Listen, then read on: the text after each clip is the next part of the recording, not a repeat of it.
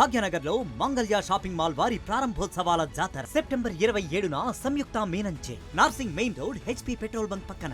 Hi hello అందరికీ నమస్కారం. Welcome to RTV చిత్రాలు. This is Sudha Ganti. డబ్బులిస్తే ఏదైనా చేస్తారా? ఏదైనా సాధ్యమా? ఒక ప్రొడక్షన్ హౌస్ కి ఇన్ని డబ్బులు ఇస్తే ఆ ప్రొడ్యూస్ చేసిన సినిమా ఎక్కడ ఏదైనా రాసుకోవచ్చు, ఎలా అయినా తీయచ్చు, అంతేనా? కల్కిని విమర్శిస్తూ ఏకి పారేసిన గరికపాటి మనకి ఇప్పుడు ఒక వీడియోలో చూడొచ్చు. ఇంకా ఆయన ప్రవచనలంటే ప్రతి ఒక్కళ్ళకి చాలా ఇష్టం అండ్ ఆయన మనకెంతో దగ్గరైన వ్యక్తి అని కూడా చెప్పచ్చు.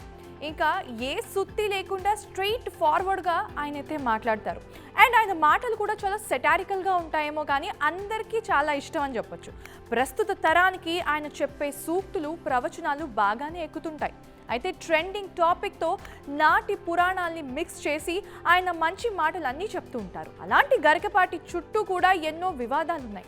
తాజాగా ఆయన కల్కి సినిమా మీద మండిపడ్డారు. డబ్బులిస్తే కాస్త ఎక్కువ ఇస్తే చాలు, ఏదైనా రాసేవాళ్ళు ఉన్నారంటూ ఫైర్ అయ్యారు. అనుకున్నదొక్కటి అయిందొకటి బోల్తా కొట్టిందిలే దేవరా పెట్ట. అసలు కారణం ఏంటి? దారుణం జరగడమే. ఇంత వైల్డ్గా ఉన్నారేంట్రా సామి? అయితే జనాలు నిజంగా భయపెట్టారా, భయం వేసేలా ఉన్నారా అని అనాలి. అక్కడ నోవోటల్ ప్రాంగణం మొత్తం అయితే జూనియర్ ఎన్టీఆర్ ఫ్యాన్స్ అందరూ కలిపి ధ్వంసం చేశారు.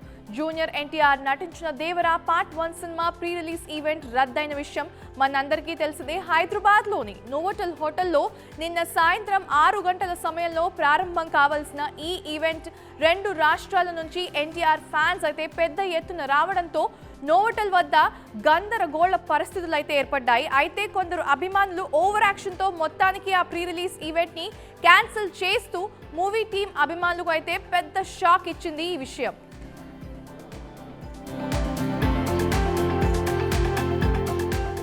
కాపీరైట్ ఇష్యూ వస్తే అది ఎంత పెద్ద సినిమా అయినా బోర్లా పడాల్సిందే. ఇక గేమ్ చేంజర్ పరిస్థితి ఏమైంది?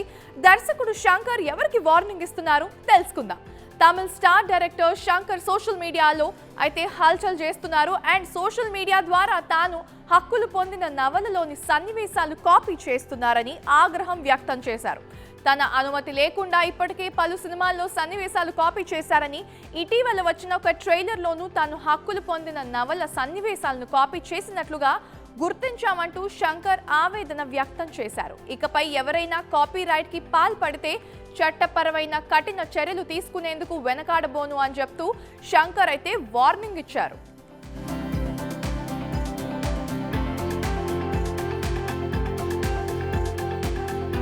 చిరంజీవికి Guinness book of world record. Aamir Khan చేతుల మీదుగా మెగాస్టార్ చిరంజీవి మరొక అరుదైన ఘనతను దక్కించుకున్నారు. ఇంకా ఇటీవలే పద్మ విభూషణ్ పురస్కారాన్ని అందుకున్న చిరంజీవి తాజాగా Guinness book of world record ని అయితే ఎక్కారు. హైదరాబాద్ లో జరిగిన ఈ కార్యక్రమంలో బాలీవుడ్ స్టార్ ఆమిర్ ఖాన్ చిరంజీవికి ఈ అవార్డుని అందజేశారు. 155కి పైగా చిత్రాల్లో తన డాన్స్లతో అందరినీ అలరించినందుకు గాను చిరంజీవికి ఈ అవార్డు దక్కినట్లు తెలుస్తోంది. ప్రస్తుతం సోషల్ మీడియాలో చిరంజీవికి అయితే కంగ్రాట్స్ చెప్తూ పోస్టులు పెడుతున్నారు ఫ్యాన్స్.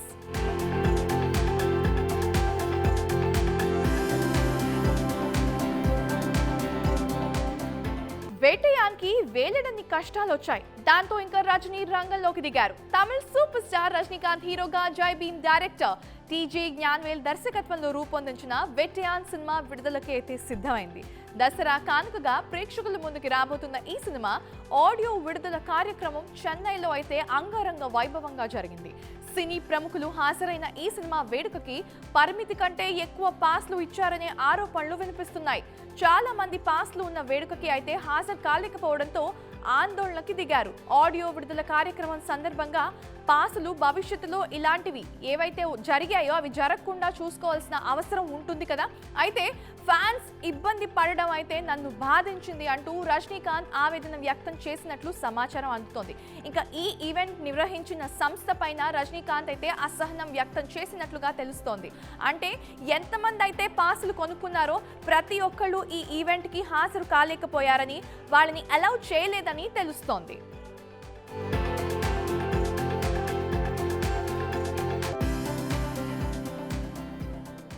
భయం పోవాలంటే దేవుడు కథ వినాలా, భయం అంటే ఏంటో తెలియాలంటే దేవరా కథ వినాలా, దేవరా అడిగాడంటే చెప్పాడని అర్థం అంటూ ఈ ట్రైలర్లో ఉన్న డైలాగ్స్ వింటే దేవరా స్థాయి ఏంటో అర్థం అవుతోంది.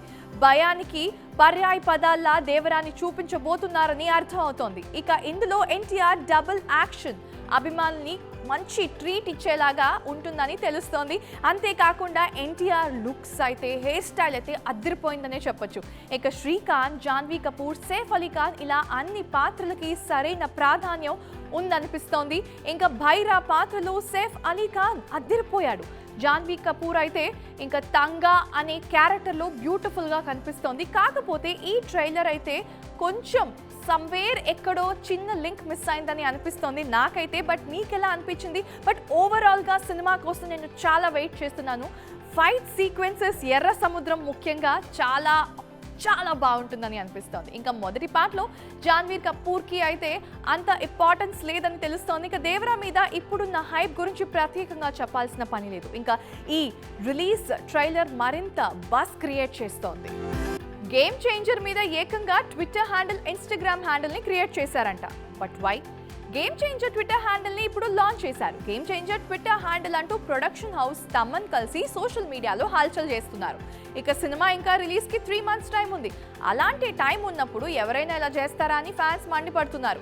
సినిమా ప్రారంభం అయిన రోజే ట్విట్టర్ హ్యాండిల్ చేసి ఇంకా హడావిడి చేస్తున్నారు. కానీ ఇలా రిలీజ్ కి దగ్గర పడుతుంటే ఎవ్వరు ఇలా చెయ్యరంటూ మండిపడుతున్నారు. అంటే దాంట్లో ప్రాపర్ పోస్ట్ ఉంటే పర్వాలేదు, కానీ పోస్టులు లేకుండా అలా వదిలేస్తేనే కదా ప్రాబ్లం. సో ఈ ట్విట్టర్ హ్యాండిల్ ద్వారా ఏం చెప్పాలనుకుంటున్నారు ప్రొడక్షన్ హౌస్? గేమ్ చేంజర్ గురించి ఏదైనా సస్పెన్స్ రివీల్ చేస్తున్నారా? వేచి చూడాల్సిందే.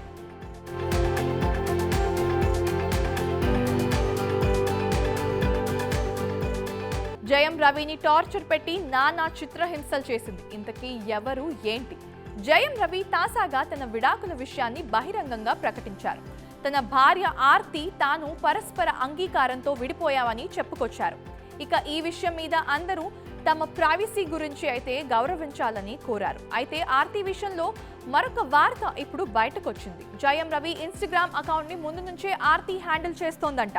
విడిపోయిన తర్వాత కూడా క్రెడెన్షియల్స్ ఇచ్చేందుకు ఒప్పుకోవట్లేదంట. దీంతో ఇన్స్టాగ్రామ్ జయం రవి స్పెషల్ గా దాంట్లో రిక్వెస్ట్ పెట్టాడంట. ఎలా అయినా నా హ్యాండిల్ ని తిరిగిచ్చేయి, నా క్రెడెన్షియల్స్ ని తిరిగిచ్చేయి అని చెప్తూ.